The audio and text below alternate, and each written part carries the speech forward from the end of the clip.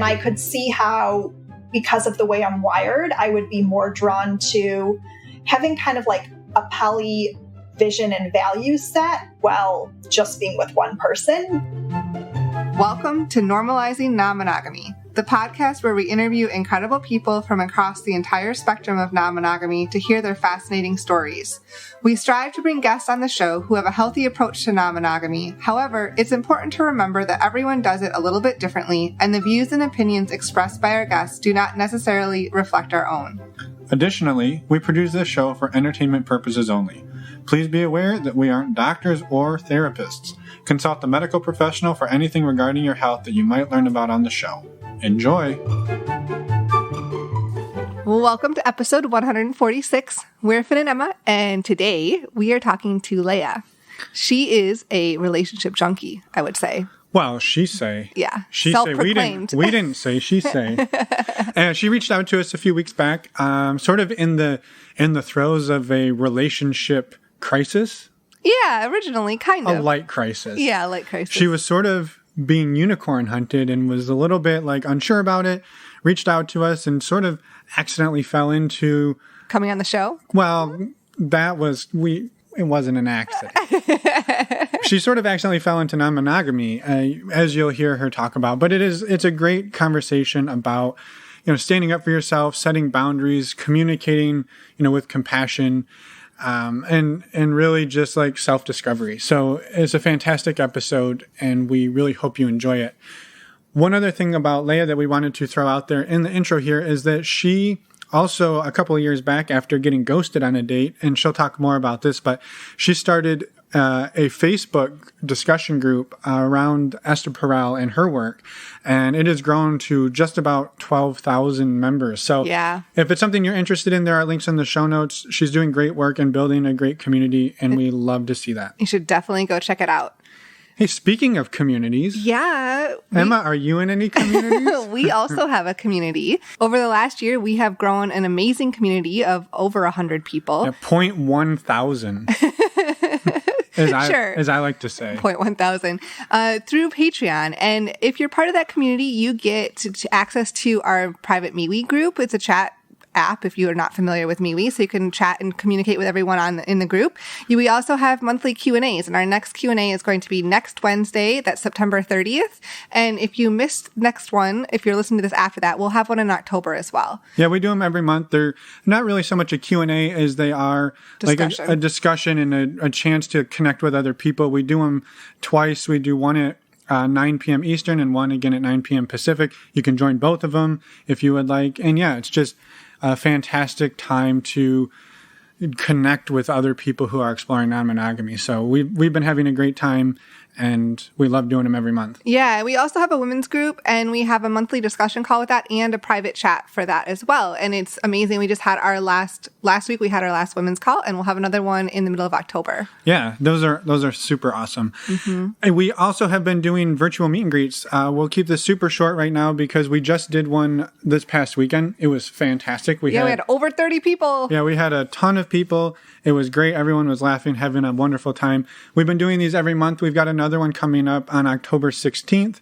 So if you want to learn more about that, go to our website, normalizingnonmonogamy.com. Click on the meet and greet tab, or just go down in your show notes of your podcast player, and there will be links there. You can learn all about it. And we've talked about it in past episodes, and we'll talk about it in future ones. And just to be clear, these virtual meet and greets are open to everyone. They are not just for Patreon members. So please join us. You don't have to be a Patreon member to check it out. That is very true. Mm-hmm. One other thing we wanted to say while we were here, while we had your ear, was a huge thank you to our sponsor for today's episode. That is Alt Playground. Yes. Alt Playground is an open-minded group of people. It's a dating website where you can meet all kinds of really fun, sexy people. Yeah, it's again, as Emma said, an online dating community full of swingers, polyamorous people, open-minded people, and just a huge diverse array of people. And they are growing in leaps and bounds. Exponentially? Exponentially, yeah, there you go. They've been acquiring other dating websites and really growing their reach over the last couple of months. So we're super excited to be a part of that. And they even launched a new feature just recently. Yeah, their news feed allows you to keep up to date with their different contacts that you have on there. And they also have new events that they post and of course, naughty pictures. Naughty pictures. I put all my naughty pictures on there. Do you? Yep. It's just a feed of dick pics. Okay. I mean, it's nice. I didn't know this about you. It's nice. I agree. It's great photos, but I didn't know that you put them out there. Well, I like to share them with the community. So anyway, if you're looking for that or other open-minded people, head over to altplayground.net. Sign up, check it out. We do not have any discount codes or referral codes for this. That's not how this is working. So go check it out, sign up, and we will see you over there. And you'll see a little bit of me. Yeah. You can also find links on our website.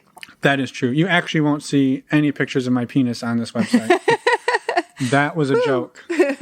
Speaking of pictures of penis on the internet, we wanted to throw one more thing out there. That's a transition. That was a solid transition. You'll see where this is going. I know.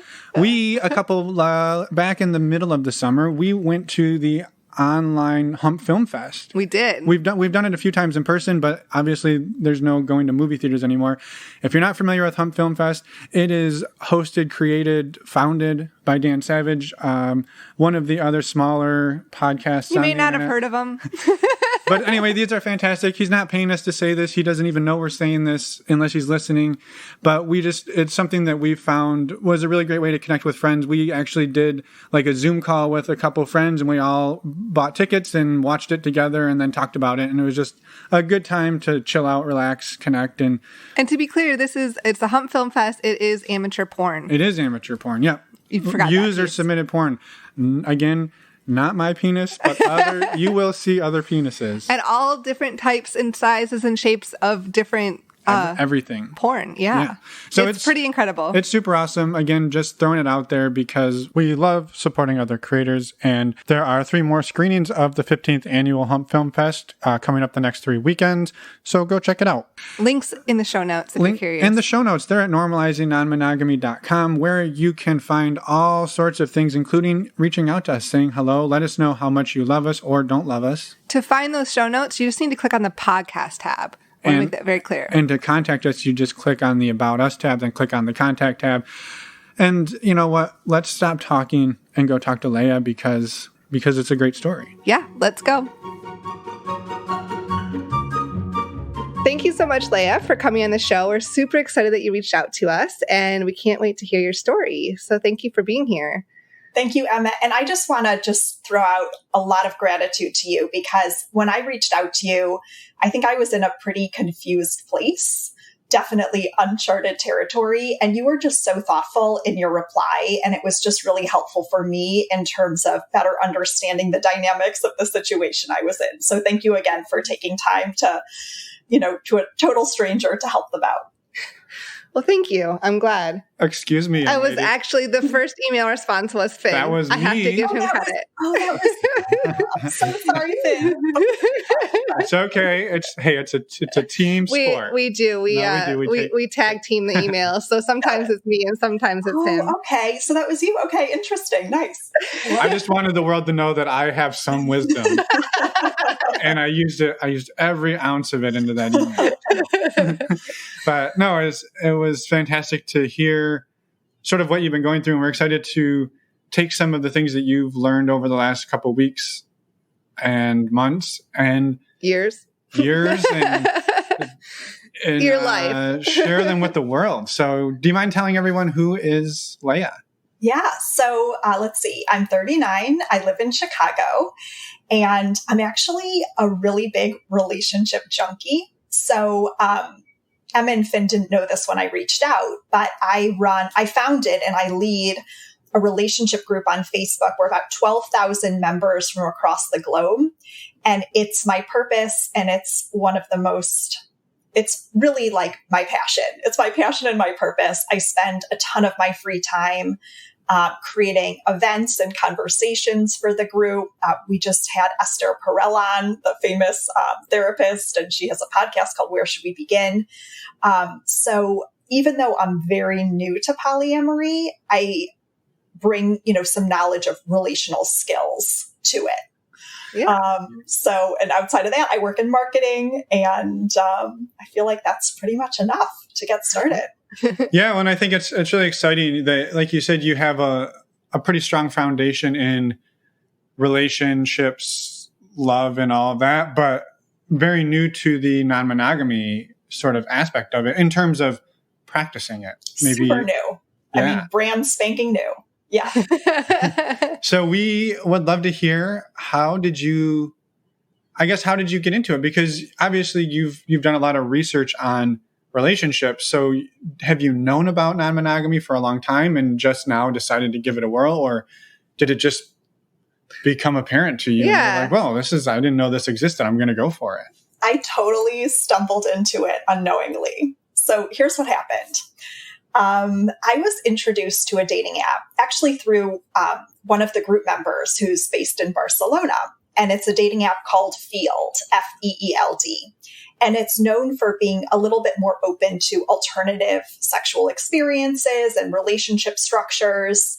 And I was kind of like not super jazzed about any of the current dating apps I was on. So I was open to giving it a try. And before I recommend anything to the group, I always want to like personally test it out myself. And so I was going to link it up in a post. But before I did so, I just wanted to feel it out. And so I set up a profile, and I actually was finding that the men I was connecting with were a lot better at communication than on other apps that I was on. So I was enjoying it.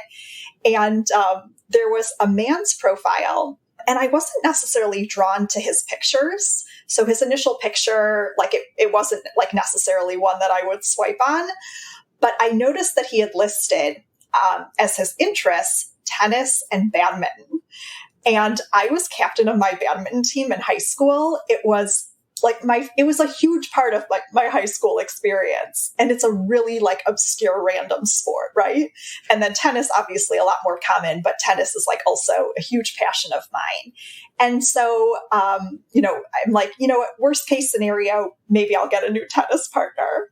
So I swiped. And then we immediately matched. And after we matched, I started looking through the rest of his profile. And the rest of his pictures were of a woman. So he was actually on there interested in exploring like threesomes and play. But you hadn't read that far to know that. She was hooked up in badminton. Totally hadn't read that far. I got so jazzed by the badminton, I like prematurely swiped, right? And then we matched and we started chatting. And I can't remember like how the dialogue went, but I did share with him, I'm like, listen, I have to be honest, like, I'm really not interested in threesomes. I'm not sexually attracted to women, but I saw the tennis and badminton. I got excited. And so he said, well, why don't we meet up? So him and his partner and me, and like worst case scenario, it'll be a picnic on a nice sunny day. And so we did meet up, the three of us. And I wasn't even sure, like, I'm like, is this a date? There's like three of us here. How does this work? He's like, it's a date. So we just had a really nice time. We played some like lawn games. We had a picnic. We chatted. And right as we were parting ways, I got a text from him. And he said, we'll call him C and we'll call his partner B. So C said, we had so much fun with you. We'd love to go out to dinner next weekend. And I really enjoyed it too. And it was funny because throughout the week, I was getting this feeling, like this, like not so good feeling in my body, because I hadn't really shared with them that I was noticing. I'm like, I'm trying to think through different scenarios of how it could work with me and a woman, and was like just feeling a lot of discomfort as I envisioned possible things. And then similarly, like for me, sex is a really like intimate, sacred experience between two people. I've never really been drawn to like group sex or orgies or threesomes. And so wasn't really like feeling that dynamic either. And I remember I really love sending like video messages instead of like sending a text or even an audio message. So I sent him a video message where I just shared very candidly. I said, I've been thinking through like what's possible, and I'm just realizing I'm really heterosexual. And I wanted to just be as clear as I could with you as soon as I had that awareness before we go any further. And so, and he was just always like really appreciative of like my awareness, my self-awareness and my communication. And he said, like, it really means a lot that you're sharing this. Let's give it another go and see what happens. Him and his partner were so backtracking, he was dating a woman when he met his current partner. So I think at the time he identified as poly and she identified as monogamous, but she was open to dating him while he was with another partner. And they maybe kind of like loosely dated for a couple months and then became more serious. So after they were serious, the man continued to date his initial partner for about 6 months. And then they broke up. And then since, say, like end of October of 2019, they've just been monogamous. So they've been together for about a year and 9 months. And about 10 months of that has been just the two of them. Around COVID, like March, they were talking about opening things up, but hadn't really gotten far because things like shut down kind of right when they were ready to dive in. So I was their very first experience with opening up, and they were mine as well. So I shared the video where I was like really, really clear. I'm definitely heterosexual, and I'm not interested in threesomes either. And they wanted to kind of see like what was possible. So on our second date, which was with the three of us, we ended up having a really good conversation at the end of the night where we talked about the guy, C, and I having a solo date, and his partner was really fine with that.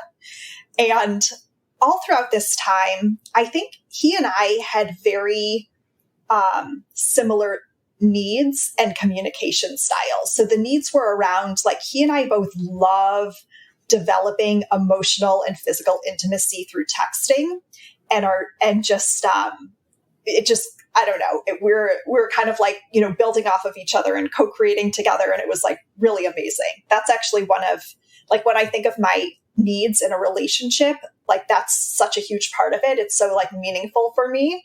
And so we were developing a lot of energy through, you know, over the course of say like a month. We were messaging each other like all throughout the day, and it was getting pretty sexual, not necessarily like overtly sexual, but more just like talking about all of the things that we wanted to explore with each other and our fantasies and what turns us on and learning about the other's fantasies, etc.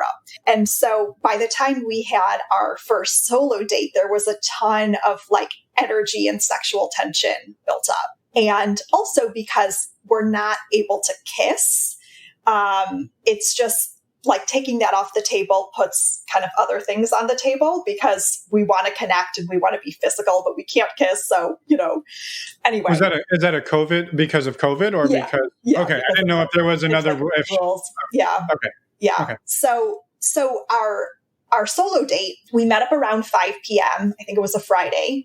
And we were having sushi together outside on the patio. And then we went to a park. You know, it was wonderful. It was like one of those like beautiful, magical nights that you just will remember forever, you know, great energetic connection, great conversation, great chemistry. And we ended up, I won't go too explicit, but we had a sexual act in the park that was allowed when he was with the previous partner, kind of the original partner that he was seeing while he was dating B, but that hadn't been discussed related to me. And I learned after the fact, it was tough because, you know, he and I had this really magical experience and we both felt that way. And the next morning we were texting each other and like, you know, asking each other, like, what was your favorite moment about the date and talking about like the next weekend and what we would do. And then it became clear to me that his partner was super hurt and triggered by the solo date. And she was upset about the length of time that we spent together and upset about the physical act. And she ended up asking, and I guess maybe in her mind, she just didn't think to like talk through potential things that would happen. Like in her mind, it was just a first date, but in our minds, we had been building up like a month of like incredible sexting and like sharing about ourselves and intimacy, you know?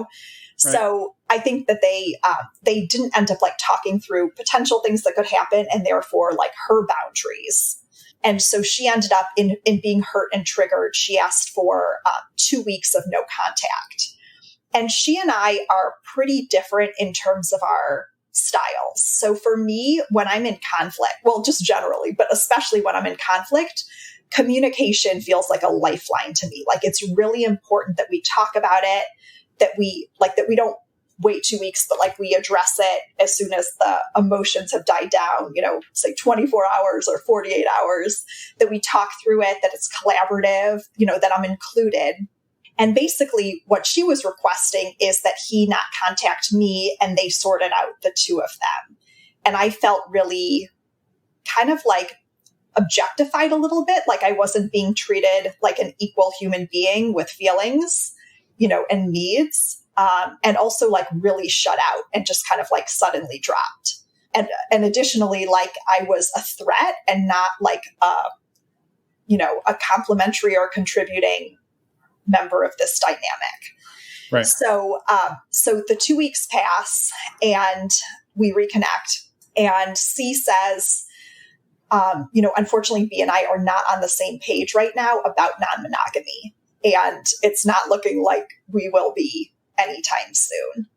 And so at that point I shared, I said, sorry, that sounds really tough. I've been giving a lot of thought to my relationship vision and values, and I think we're on different ends of the spectrum. I'm really more drawn to an egalitarian form of polyamory, not necessarily equal. Like, I get it. They're a couple, they just moved in together. They're talking about possibly having kids down the road. I don't want kids. I love living alone. So it doesn't have to be equal, but in terms of like how we're treated as human beings, I need to feel equal in that sense. Like there's care towards my feelings and my experience. Yeah. So basically, I shared, I'm seeing that because of where we're at in this journey and the different levels of comfort, I'm also seeing like we're on different ends of the spectrum. And I said, I'm going to hold the night that we shared and our interactions close to my heart, and I wish you both the best. And then I heard back from him, and he asked if I would be open to like reconnecting in 6 months or a year. And I said, I would only be open to reconnecting if at that time you and your partner share my vision for relationships, which is much less like hierarchical, much less rooted in like rules. I actually really, I don't feel comfortable if there's a lot of like sharing, like reporting on the texts that we're sending, our sexting, our physical intimacy. Obviously, like disclosure is important, especially as we're talking about like sexual health. Totally fine with that.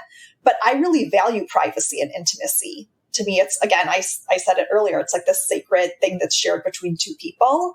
And I think because of her discomfort with the non-monogamy, she was trying to calm herself with a lot of disclosure, which was like feeling like a violation of my privacy. So I shared, I would be open to reconnecting if at the time that you reach out, you and any partners you're involved with share my relationship vision. But, if that's not the case, and if you're not fully emotionally and physically available, I wouldn't be interested in reconnecting. And he was super, he's like, totally understand, if anything changes and you want to reach out, beforehand, there's an open door. So that's kind of how we ended things.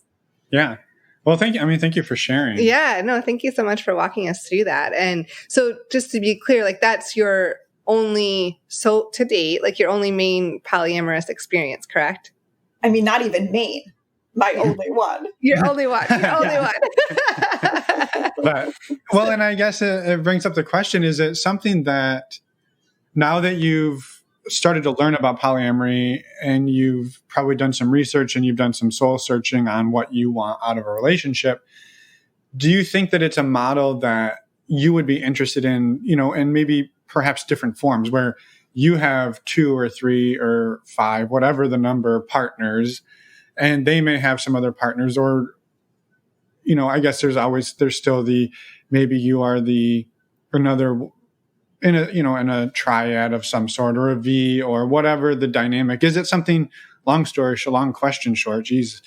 Is it something that you're interested in exploring further down the non-monogamy route? Yeah, I'm so drawn to it. And I'll share some reasons why. I think first and foremost, what I noticed in the dynamic was that there were some things that C was experiencing with B that was very meaningful, like BDSM, which I'm really not drawn to. I'm not totally against it, but in talking through it, I don't get turned on. So I'm like, I'm open to it, but it's not my jam. You know, other things are like so much more my jam. You know, they want to have kids. Totally not interested in having kids. They want to share like a domestic experience. I really like living alone. I'm super emotional feelings, and I think his partner is less so. I think that's actually one of the reasons why we had such like an explosive connection, is because we both have like deep needs around emotional intimacy. And I'm not saying that there's not emotions there, but it's like they're just different styles of connecting. And I'm a very like feelings person. So what I loved and what I could see being so valuable is that we were complementary. Like it wasn't like, oh, well, I love to be submissive and I want to have kids. And we were like competing in these different areas. It was like there were so many things that she and they were into, which were totally not my thing. And there were things that I was into that weren't like her or their thing. And so that seems to make so much sense. You know, Esther Perel has this great quote. We now go to one person what we used to go to an entire village for. And it makes so much sense that like one person isn't going to be able to meet all of our needs. And what a beautiful thing if you can use like self-awareness and communication to, you know, to get your needs met through, you know, different people. And it's funny because I actually don't get excited when I think about non-monogamy and like my journey forward. I'm a lot less excited. Oh, I get to have all of these partners. What really excites me, and I kind of alluded to this initially, is I love exploring relationships and relationship dynamics and talking about them. And what I didn't even realize is it's like such a norm in non-monogamy. It's like everything is really talked through. You get clear on your boundaries. When feelings come up, you process them either solo or together. And all of that stuff is like so attractive to me. Right. So I guess I had maybe a follow-up on that of, let's say, for example, and I know I'm going to start like throwing hypotheticals at you for the next hour. I don't plan to do that. But like, let's say that you found another partner and they had another partner. And so let's say this hypothetical person is dating two people and the other woman is like a clone of you. So you and this other partner aren't complementary. You are very similar. Yeah. Do you think there would be some type of like competition? Or do you, jealousy? I guess not necessarily competition, but do you think you'd feel differently if it wasn't like she gives them all the red M&Ms and I give them all the blue M&Ms, whatever analogy we want for the offsetting? It's so hard to say. It's interesting. I don't think of I tend not to feel jealousy in comparison. And I'm not sure why it is. I do know that I'm very independent. I love a lot of alone time. And I've always been that way, like as far back as I can remember. And I just don't fall into comparison a lot. I have other stuff. Like my mom became bipolar when I was 13. And so we went from like incredible connection to like really volatile connection. And so for sure, like sensitivity around intense connection and it just dropping off, if that sounds reminiscent of what happened, that's like a very triggering experience for me. So I have other stuff that's like really sensitive, like we would call it like a core wound, but the jealousy and comparison less so. So I'm trying to think through, like, so let's say, so it would be my partner, like my metamor, right? Like my partner. Okay. And she was just like me and she like loved pole dancing and she like founded a relationship group that she runs. I don't know. To me, like that's awesome. Like, let's go pole dancing together. Let's like, interview each other on our groups. I don't think that that's a place that I tend to go. And we all have our stuff. And I just don't think that that's like a really sensitive spot for me. Yeah. Yeah, no, I was just curious because you talked about like how you saw it from the aspect of we had complementary things that we were giving to this sort of middleman. And when someone's the same or very, very similar, it can bring up for sure. Jealousy or like the competition. And who knows, like maybe I would, but kind of in thinking through it, I think of more like, oh, like we'd be great friends then, you know? Yeah. Do you see yourself ever having multiple partners yourself? Yeah. It's so like, who knows, you know, it's so hard to tell. I actually had a really good conversation. So I've just started to date kind of as a solo poly persona. And I had a great conversation tonight with a guy. It was funny. He was saying that he considers himself monogamous, but his ex, they broke up because she moved across the country, was polyamorous. And so through that, he had read like Ethical Slut and dove into some other things. And I think he's open to it. I have no idea. I tend to feel deeply, and I could see how, because of the way I'm wired, I would be more drawn to having kind of like a poly vision and value set while just being with one person. But who knows? You know, that's kind of like I just feel like this whole experience has opened up so much in terms of like connection, in terms of like my own self-awareness. So I feel like really anything's possible. And maybe I'll do like in 6 months, I'll do like a part 2 and I'll let you know.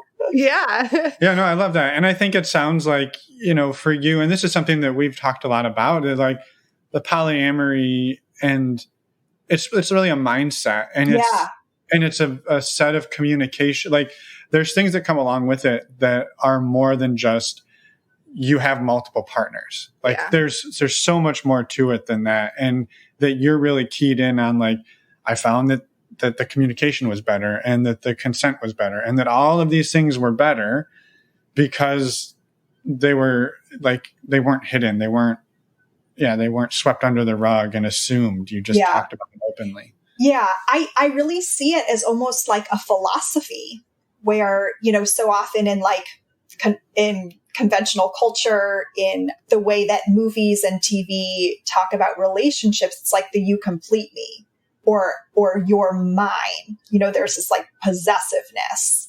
And I've just never resonated with that. You know, we're independent people, and we can obviously like complement each other's lives and bring like so much pleasure and, you know, deepen our experiences together. But the idea that like someone is my possession because they're my partner feels like really uncomfortable to me. And it always has. Yeah.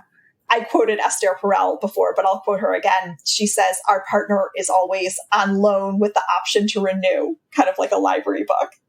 And that's like really how I think of it, is it's like it's a choice and a commitment every day, you know, to choose the other person.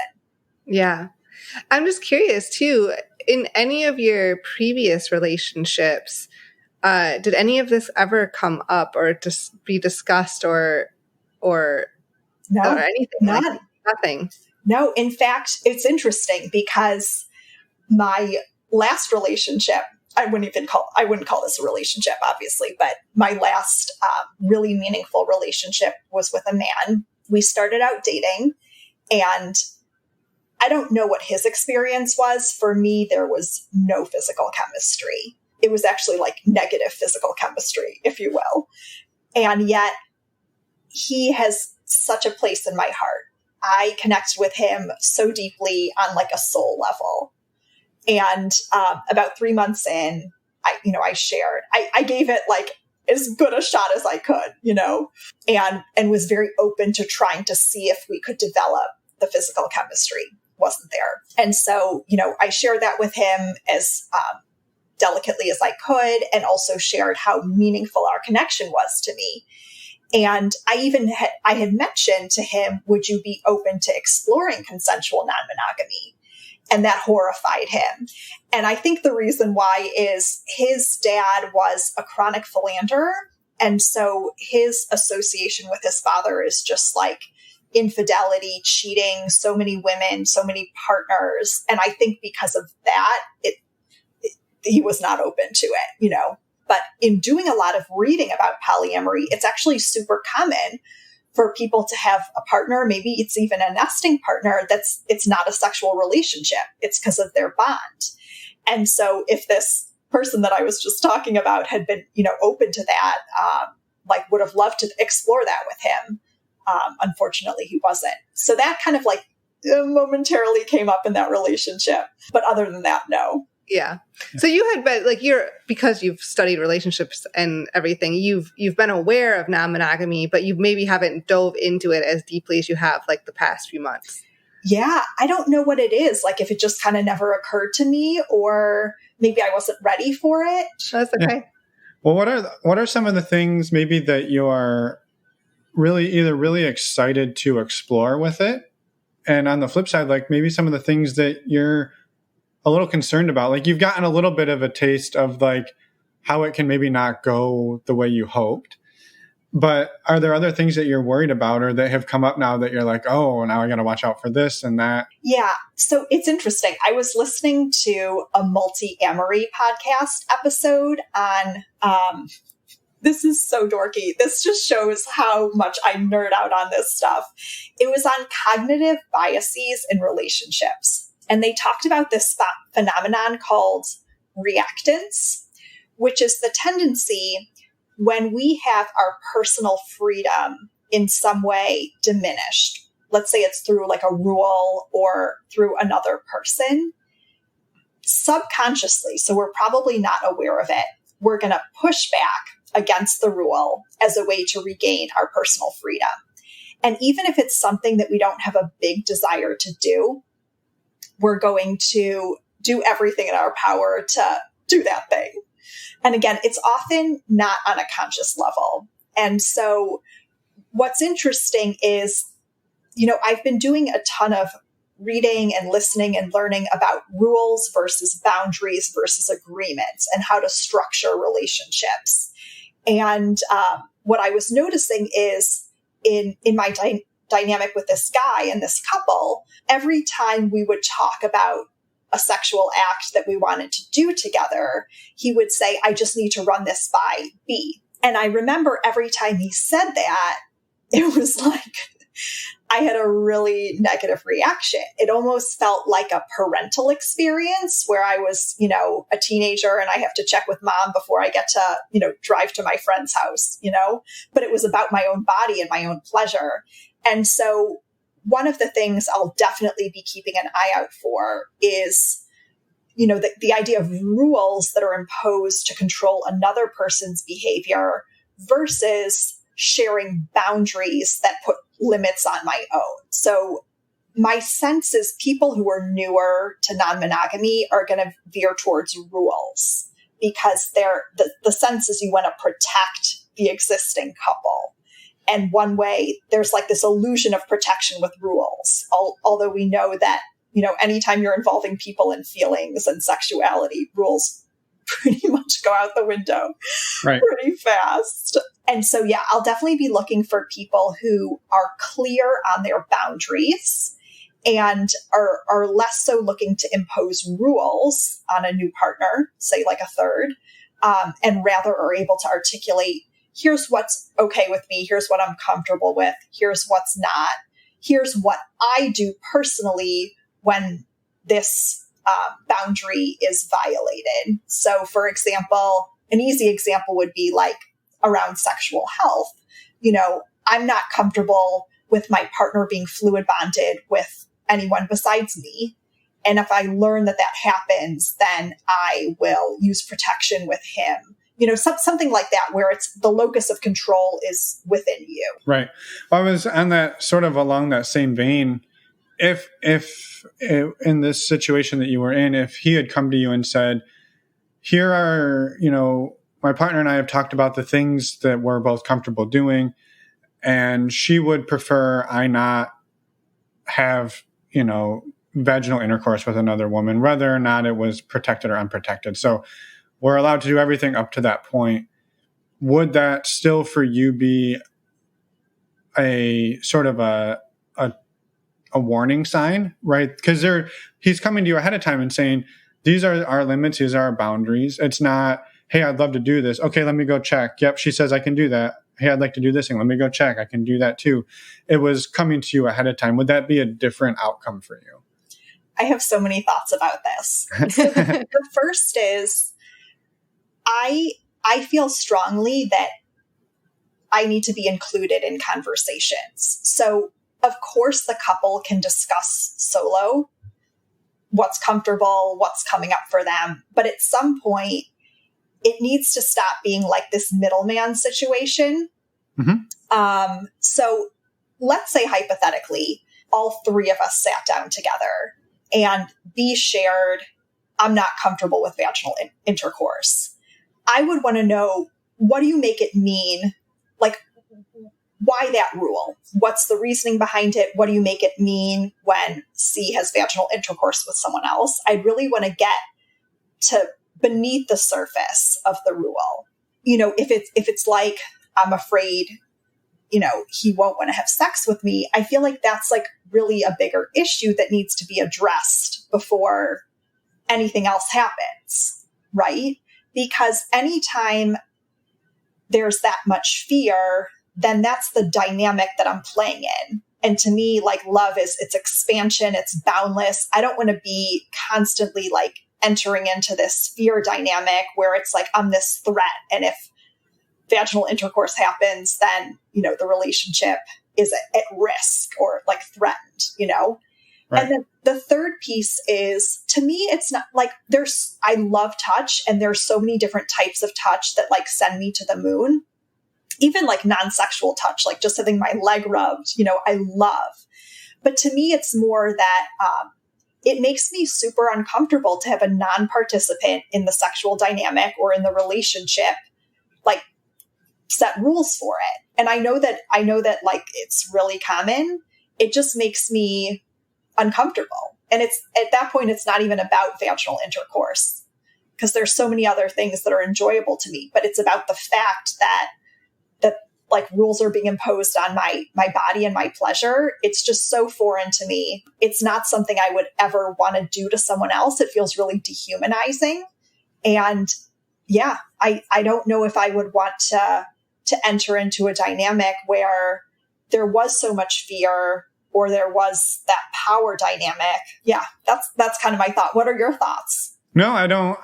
I was just kind of really curious on that, because one could even, you know, draw the parallel and say, well, that's no different than you saying you don't want your partner to have unprotected sex with one of his other partners, right? It's the same. It's imposing a rule, and it's for your safety in that aspect. But, you know, the other woman could be saying, well, vaginal intercourse, you know, makes me feel the same way that I see. Unprotected sex makes you feel. I mean, if she said, let's say she had like an immunodeficiency and was very at risk, if it was like related to like a really valid health thing, for sure.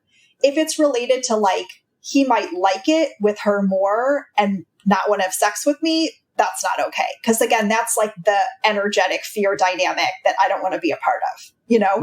Right. Yeah, no, that's fair. And I was just kind of curious, and this isn't like, well, what about this? What about this? What about this? I don't want it to seem like I'm like interrogating you. I was just curious, because, you know, I think these are things that a lot of people come up against. Yeah. And then you start having to ask yourself, like, what about this situation? What about that situation? And really determine what you're comfortable with. Yeah.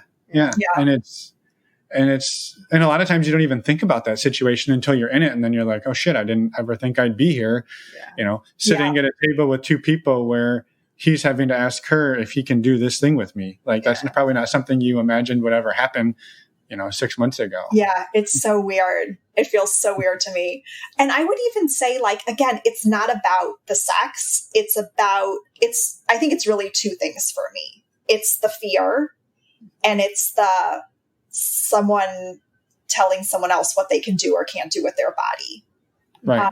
It would be the same thing if let's say one of the rules was you're not allowed to like touch her leg during dinner. Like it'd be the same thing. You know, it makes me super uncomfortable just from an autonomy, like from my freedom, my sovereignty, which is like such a huge part of the human experience. feels super uncomfortable to me. Yeah. Right. I think that makes a lot of sense. Yeah. Yeah. Well, and I guess on the flip side, what are some of the things that you're like, now that you've dipped your toes in and you've done a whole bunch of research on it, what are some of the things that you're really excited to explore about it? Really excited to explore just like talking through what comes up for people. Yeah, I love that. I love talking about sounds like feelings. more of the conversation, like a lot, just diving deep into some of the new conversations. Yeah, what's coming up for you? What are you nervous about? What are you excited about? How did that feel for you? Yeah, I think that's the main thing. Right. Yeah. I was just going to jump back to the other couple and almost give them a little bit of credit on the sense that, it sounded like he communicated very well with you, right? So one of the things, maybe backing up even further, that I've talked about, or that we've talked a lot about, is the term unicorn hunting. Yeah. And there's a lot of people who absolutely hate it. They say it's the worst thing in the world and it's unethical and all. And we've always kind of come at it from a perspective of like, if everybody in the relationship has their sovereignty to do what they want to do, and they're informed and they know what's going on, to us, there's not a huge issue, right? And in this case, this was a very clear cut, like they were they were looking for a woman to have threesomes with. And then they said, well, maybe we can fit her into our box anyways. And then when it was clear you weren't getting into their box, it was like, well, maybe we can try to fit into her box. And then that clearly didn't work. Right. But I think throughout the whole thing, he communicated very clearly and came back at the end and said like, hey, you have to do what's good for you. I'm going to do what's good for us. And like, we're just not a fit right now. So there was no manipulation. There was no trickery. It was like, we're going to try it. Didn't work. And it wasn't going to work for you. And you guys just had to like go your separate ways, which. And I think it sounds like when they kind of put the limitation of like no communication for 2 weeks, that was kind of like the trigger for you of like, oh, well, maybe this isn't really what I thought it was. Yeah. It did feel a little bit like there's, I don't want to say an incompatibility, but there's a divide around relationship structure philosophy. And it did feel a little bit like I was trying to be inserted into a very, very specific, narrow hole to try to like alleviate some of the discord around that or kind of like lessen the different poles there. And I think what for me was upsetting is it did feel like there were, and I think they're really great people with really the best of intentions. And I don't think at any moment during any of this was there any type of like deception or manipulation. Right. I think all of this was coming from like a very heartfelt place. I did feel a little bit, I don't want to say objectified, but not treated like an equal human being when things got tough and they went into like protect the established couple mode. I felt kind of like dropped and like there was not a lot of care or consideration towards my experience because there was just clearly like so much triggering around the couple dynamic. Right. What's going on? This is all happening so fast, right? Right. And so that did not feel good. Right. And when I reached out to see, like in our last text exchange, I said, it's really important to me to be with someone who can remain emotionally available to me in a consensual non-monogamy dynamic while also being a container for his partner if she's hurt or triggered. And it's also super important that I'm with someone who can create his own boundaries that are separate from his partner's, in a moment where there's like triggering and hurt.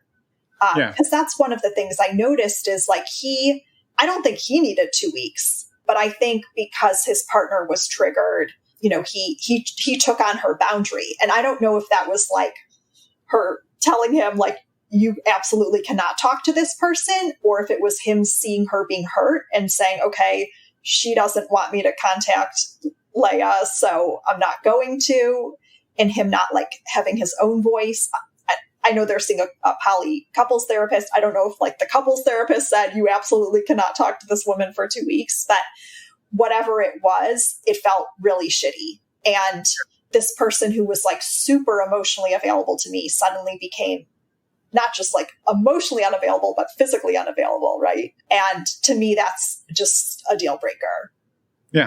Yeah, no, for sure. And I think, and I would say that the vast majority of, well, again, to use this derogatory term, the unicorn hunters out there, there probably very few of them have malicious intent. I would say a very, very, very small percent, right? But I think a lot of times we're going to try this thing, and this thing is we want to try a threesome with another woman. And then feelings happen, people get scared, people get worried about like you said, their established relationship dynamic. And I guess you've been quoting Esther Perel. I'll go the other direction with Mike Tyson and say, right, everyone's got a plan until they get punched in the face, right? And if they're like, well, we're going to do the threesome with this hot chick and she's going to come over, and then when we're done with her, she's going to go home and she's going to leave us alone, and our relationship's going to be just fine. And then it doesn't go that way, and you don't know what to do, right? And oftentimes the end result is, well, we're going to shut this third person out to save what we've already established. And I mean, for you, good on you, right? That you were strong enough, right? Because I'm sure there's many women who are like, well, I guess that's, what I am. I'm just their third, and they'll call me when they're ready. And for you were like, hey, this isn't working. That's not going to work for me. Yeah. And then good on them to be like, hey, then it wasn't like, no, we're going to be fine. We're just, hold on a little bit longer. We'll get you back in there. Like they didn't do any of that. So I think it's all in all, like a really good learning experience for you. Honestly, probably a really good learning experience for them. Yeah.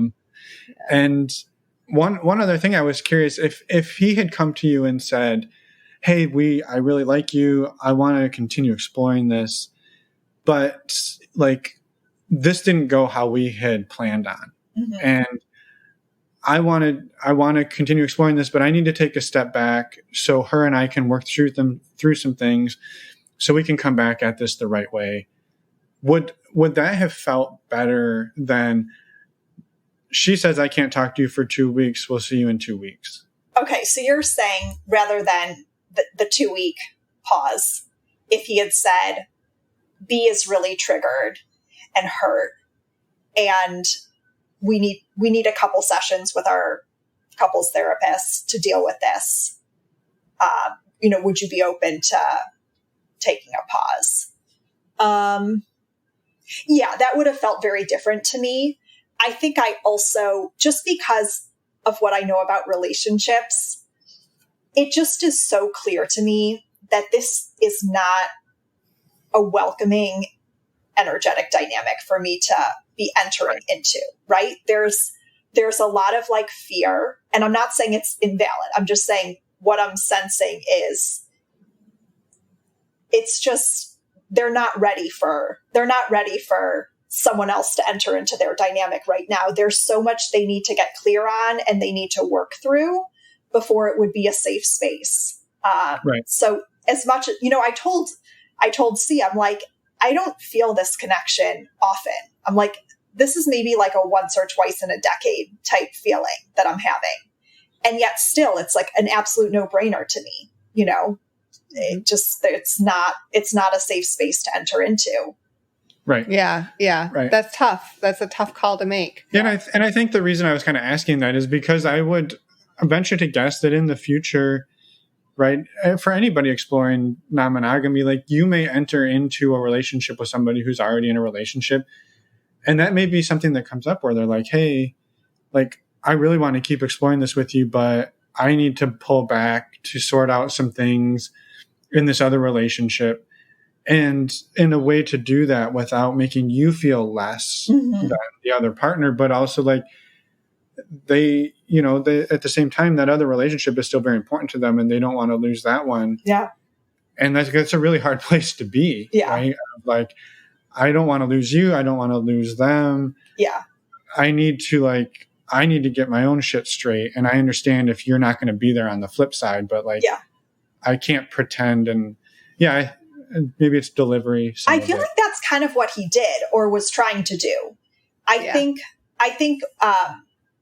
he was trying to create that space for reentry. And I shared that I saw us having like pretty different relationship visions. Yeah. And that's when he said, would you be open to, he said to me, would you be open to reconnecting in 6 months or a year? And I know myself. And if I have strong romantic and sexual feelings for someone, I can't go from that to be friends. That's like a very inauthentic elephant in the room type experience for me. And so that's when I said, like, if you're open emotionally and physically for connection, definitely open to reconnecting.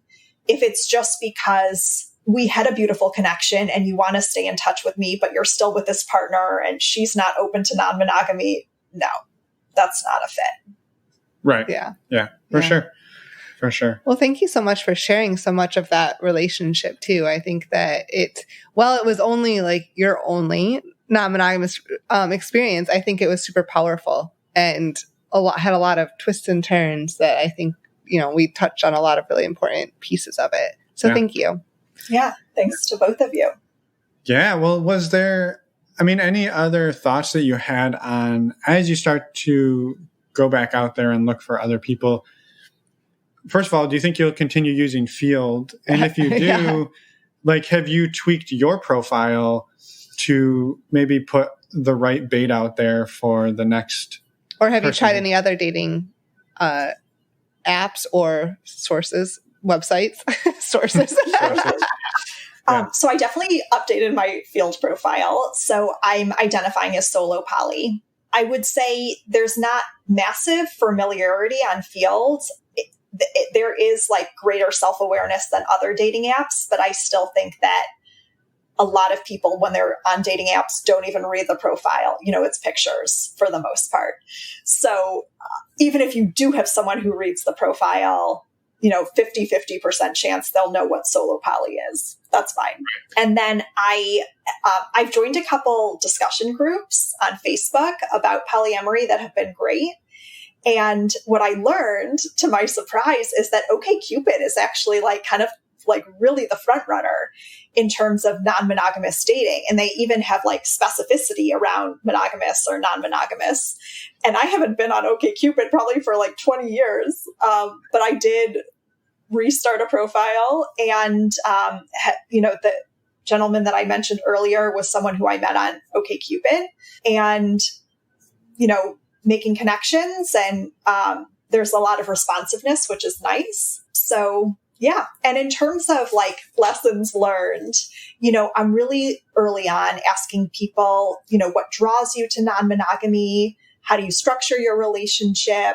Questions like that will give me a sense. And people are really detailed and really self-aware and that's been great. So just what I've noticed is in monogamous dating, kind of getting to those questions would really, I don't know, maybe turn people off or be kind of outside the norm. Whereas in non-monogamous dating, it's totally the norm. So that's really refreshing. Right. And then, being able to ask about veto power and is it a hierarchy-based relationship and is it a primary partner? Is there what agreements do you have? Is it ongoing permission?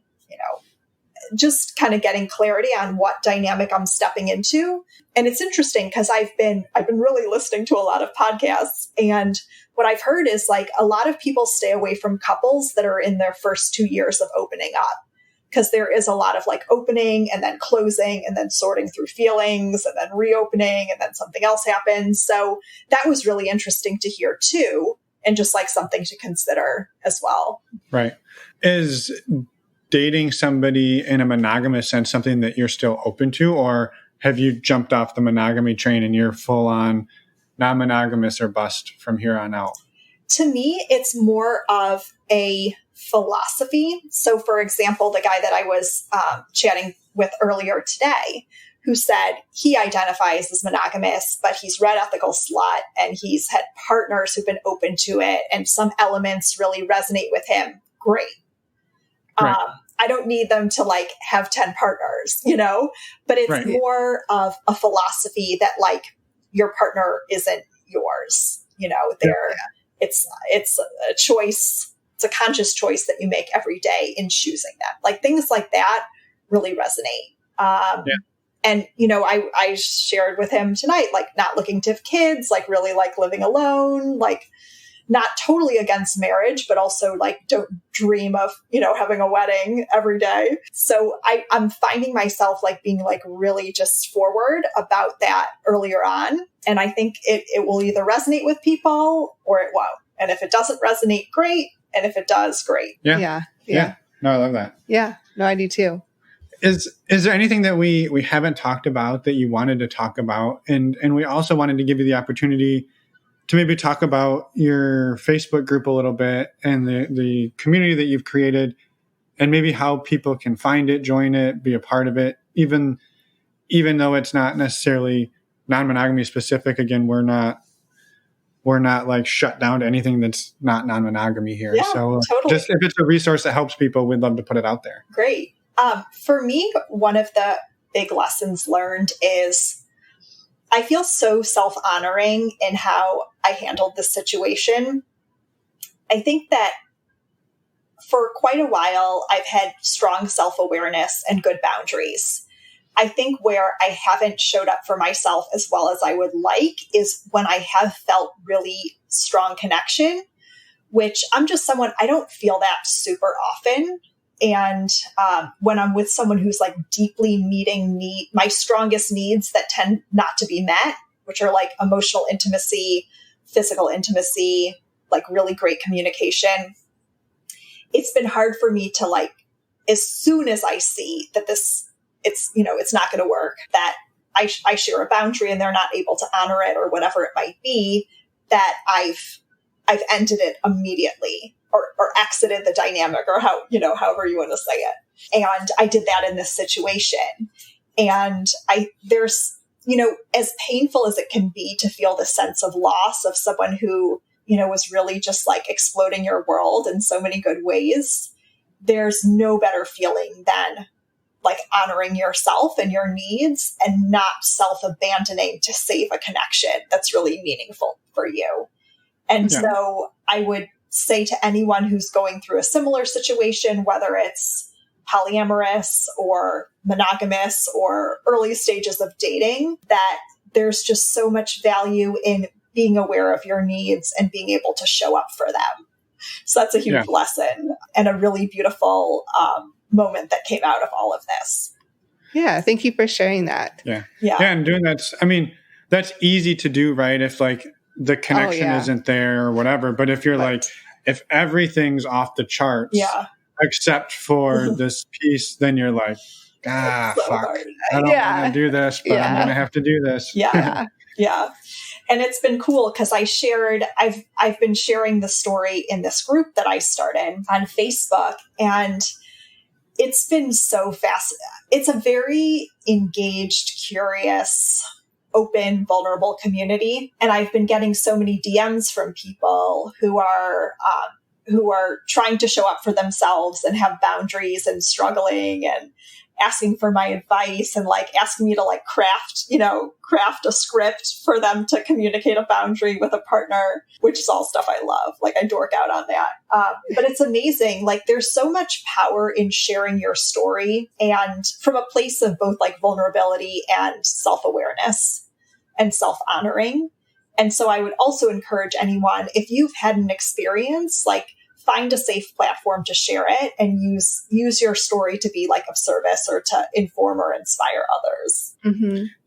Yeah, for sure. And I think too, the other big piece that comes out of that is people saying, yeah, me too. Yeah, I've had this. And you realize that you're not alone and that you're not crazy, right? Yeah. Like those are really powerful things to learn about yourself in a very hard situation. Yeah.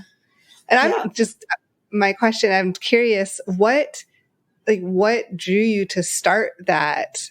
Oh, the group? Yeah. I have to share two other insights that have been really interesting. So, okay, you can do that first. Yeah. Okay. In me sharing my story within the group, number one, there have been some people who are in B's situation. So they are in a couple that's trying to open up, and the woman is getting really triggered, or let's say the guy's getting triggered too. And so they've shared how impactful it is to hear my side or my experience. And I've really appreciated, because I have a lot of like, not close relationships, but I know and care about these people. So when someone I know and care about shares this experience, it allows me to be more empathetic, which I really appreciate. And it's also really interesting because it's really only in the last month that I've been like exploring and talking about polyamory. But, you know, I just booked a Facebook Live with, her name is Ellie Sheff, Dr. Ellie Sheff. She wrote Stories from the Polycule, and she has a couple other books as well. So we just booked a Facebook Live in the group with her, and I'm sharing about polyamory and resources. And it's insane how many people have come out of the woodwork talking about it, whether they're in dynamics or interested about them. And so, I was laughing so much because in my conversation with Esther Perel, which was about a month ago, I asked her a question about this dynamic. And then I shared the interview with my dad. And my dad, my dad's in his 70s. He's actually a psychologist, but he's like really old school and much more private than me. And he said, Leah, I'd be careful about sharing this private personal information about you on the internet. And I was like kind of offended because he's basically telling me to like hide my identity. And my sister's gay, and, she came out when in her early 30s, and he was like pretty good about that. I think he has some beliefs about polyamory, some like negative beliefs. So it was just interesting to hear. So there's just been like this beautiful ripple effect of like vulnerability and sharing and curiosity. The group is called the Esther Perel Discussion Group on Facebook. We talk about infidelity. We talk about eroticism, desire, relationships, dating, masculinity. So it's very safe. There's no shaming. There's no judgment allowed. We have a zero tolerance policy around that. And it's about 12,000 members from across the world. We often do Facebook Lives. We have a free women's group that we do weekly Zoom calls on Saturday about relationship topics, which has been magnificent. And yeah, you're welcome to join us on Facebook. I also have a show called Song Therapy, where we unpack the relationship dysfunction in popular songs. So I think I provided a link to check out some of those episodes as well. And if you're going through something similar, you're always welcome to DM me on Facebook. I'm still a newbie to this, but I've started to create like a whole compilation of resources, some of my favorite podcast episodes, blogs. Yeah, just like quick, easy reference points around common things that come up. Mm-hmm. Yeah. And how long have you been doing the group? Oh, you asked me how I started the group. So I founded the group in September of 2017. So it'll be about 3 years. And I had just gotten ghosted. And this was a guy who I felt crazy chemistry with. This was like 3 years ago. Oh my goodness.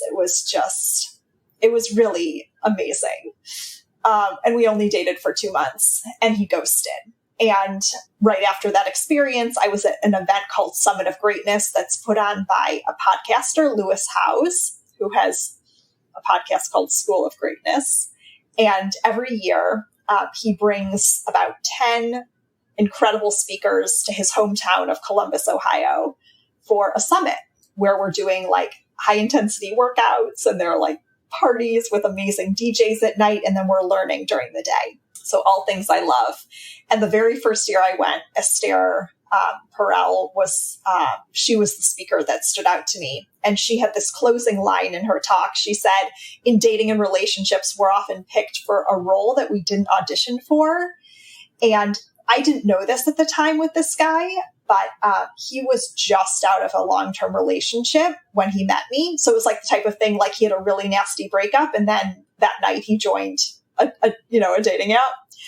And I had been like, I was like really ready for like a really meaningful connection. And so I picked him. I thought he was a nice Jewish boy who was really funny and smart. And he picked me because he thought, I was like going to be like the rebound. And I remember thinking like how profound that was and so true, and just wanting to talk about it with people. And I have like wonderful, smart, intellectual friends, but I think talking about relationships is just like kind of an acquired interest. And so that day I founded the group, not thinking anything about it. And, it's all been organic growth. Like we don't do advertising or anything. Esther is her own best like marketer, really. And it's just grown organically. And there's just so much engagement and so much great advice. People are really into learning in the group. So it's not just like dump him, when someone posts like a really vulnerable, raw question. It's like really, really thoughtful advice grounded in the best books and learning and experiences. And, a lot of people join either because they just experienced an affair or in the aftermath of an affair, or maybe they're like involved in an affair. So it's a delicate dynamic in that we have people who've been the betrayed in an affair. We have like the betrayers, we have the other person, and they're all vulnerably sharing, and we keep it very safe for everyone involved. So it's a great, safe, open space to talk about relationship dynamics. Awesome. Yeah. That's fantastic. Yeah. And thank you so much for doing all that work and for putting that out there, because it is very important. And obviously people have found you, and that's amazing. So, and found each other in that group. Yeah. Right. And before we go, I just wanted to again say thank you, but also I wanted to circle back in case there were some unicorn hunters listening, thinking that like that searching for a woman that will come in and then leave when they want, like that's still I honestly think that that's a valid thing if it is communicated to the person. Because I know we have heard from women who like they want to be that person. They don't want the deep connection. They want to show up, have some hot sex with another couple, and then they want to disappear and don't want to be bothered until the next time they want it. Right. And so there's a match for everybody, but it's about communicating it on the front end and making sure everyone has the autonomy to get what they want out of that situation. Yeah. So, yeah, 100%. I just wanted to throw that out there in case somebody was listening was like, fuck you, Finn. So you can still think that, but I'm just saying that it's valid. It's just, you've got to communicate it, and you've got to be willing when the person says not for me to let them go. Yeah. Let them find what they want and not try to keep them on the hook because whatever you want to get out of them. Yeah. Well, do you have any final thoughts before we say goodbye? No, just again, wanted to reiterate, it was just so great. When I experienced the request for the 2-week pause, it was just really kind of jarring, to go from a night of like such incredible connection and intimacy to like silence, in a moment of conflict, and just so appreciated you both taking the time to share your experiences and your perspective with me. I just really appreciated it. And it was very helpful in terms of me kind of processing what happened and getting to the place that I'm at now. So thank you. You're welcome. Yeah, absolutely. So, well, thank you again for coming on, for doing all the work you're doing, for creating the groups you've created and the spaces you've created, and helping the people you've helped. So thank you. And links to everything will be in the show notes as always. Yeah. Great. And have a wonderful evening, and we'll be in touch. Sounds good. Thanks, Emma. Thanks, Finn. And we're back. You didn't join me this time. I know. I was just befuddled at how that intro was over 6 minutes. We're like, we're going to keep it short. And then we fucking yammered on for almost 7 minutes. And I don't even know how it got to be 7 minutes. We had a lot of stuff to talk about. We did. So, well, thank you for listening to all of that yammering. Maybe you did, maybe you didn't. But we hope you enjoyed listening to Leah's story. We're super excited to get it out there. and share it. It's powerful. Yeah, So, thank you, Leah, for reaching out and coming on the show, and just for everything you're doing with your community and in general. We really appreciate it, and we are so excited to share this story. Yeah, and throughout this interview, she mentioned quite a few different dating apps. We wanted to remind everybody that you can also check out Alt Playground. Go to altplayground.net. You can meet other amazing non-monogamous people, and some maybe who aren't. Maybe they're just open-minded, looking for a good time. Yep. Yeah. And if you're looking to meet these awesome, amazing people in person, we would highly recommend going over to the show notes and clicking on the links for stdcheck.com. There you can get tested for STIs. It's quick and easy and discreet. It's the way we get tested, and we highly recommend it. And by using the links in our show notes, you support the show. So thank you so much for doing that. Yeah, we super duper appreciate it. And again, as Emma said, that's the service that we use to get tested regularly. And we love it. So the other thing we would recommend if you're going to meet these people in person is to put a fucking mask on your face. Yes. Put one on their face. Maybe bring a spare. If they didn't bring one, you just reach over and you just put it on them. Sanitize your hands first. So do that. Keep everybody safe. The faster we get rid of this fucking virus, the faster we can all get back to meeting people in real life. Yes. So please be careful, be safe out there. Take care of each other. Take care of yourself. And thank you for supporting the show. We do appreciate it. And what, you're just smiling, staring off into the abyss. Are you thinking about putting a mask on somebody? Yeah, pretty much. I was going to be like, when we go on a date, just like reach over and put 2 masks on them. It's not like condoms. Don't wear 2 condoms. Put one of those face masks too. Triple up. Next week. Oh, nailed it. We have an interview with Sophie and Brandon, and they actually, I'm not even gonna. I'm gonna do it. You are? Yeah, I'm gonna do it. Yeah. They're amazing. It's an amazing story, and we're really excited about it. You will be blown away.